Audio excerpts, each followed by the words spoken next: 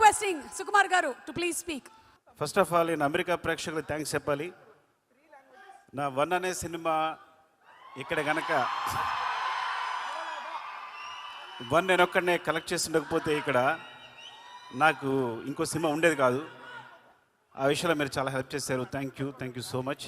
ఈ సినిమా సంబంధించి ముందు దిల్ రాజు గురించి చెప్పాలి.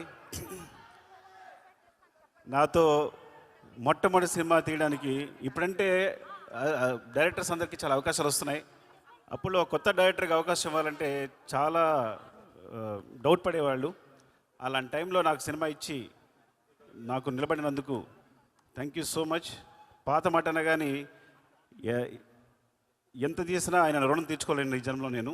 థ్యాంక్ యూ సో మచ్ రాజు గారు, లవ్ యూ. శంకర్ గారు సార్, మీరు నాకు మొట్టమొదటి ఫిల్మ్ఫేర్ అవార్డు ఇచ్చారు. నాకు మీరు నేను ఫస్ట్ తీసుకున్న ఫిల్మ్ఫేర్ అవార్డు మీరే. మీ సినిమాలు చూస్తూ పెరిగాం. అంటే నేను ఎప్పుడు తెలుగులో చిరంజీవి గారు ఎప్పుడైనా శంకర్తో ఎందుకు సినిమా చేయరు అసిస్టెంట్ డైరెక్టర్ ఉన్నప్పుడు, నేను అసిస్టెంట్ డైరెక్టర్ ఉన్నప్పుడు నేను చిరంజీవి గారు పెద్ద ఫ్యాన్ని. అప్పుడు ఏంటి శంకర్ గారు ఒక సినిమా చేయొచ్చు కదా తెలుగులో, చిరంజీవి గారు చేయొచ్చు కదా అని మేము ఎప్పుడు ట్రై చేస్తుండేవాళ్ళం. ఎప్పుడు అవుతుందో ఆలోచించేవాళ్ళం. అలా ఒక్కసారి నాకు చరణ్ తెలుసా శంకర్ గారితో సినిమా చేస్తాను చెప్పగానే మేము ఎంత ఆనందపడి గంతులు వేసామో మీకు తెలియదు. నాకు తెలిసి ఆ న్యూస్ మొట్టమొదటి నాకే చెప్పాడేమో చరణ్, నాకు తెలిసి.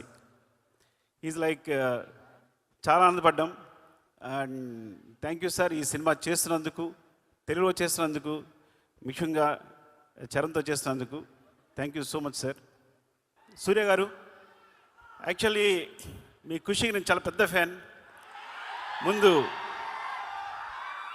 అంటే నేను పెద్దగా డైరెక్టర్ అసిస్టెంట్ డైరెక్టర్గా పెద్ద సినిమాలు చేయలేదు. రైటర్గా వచ్చి డైరెక్టర్గా అయిపోయాను.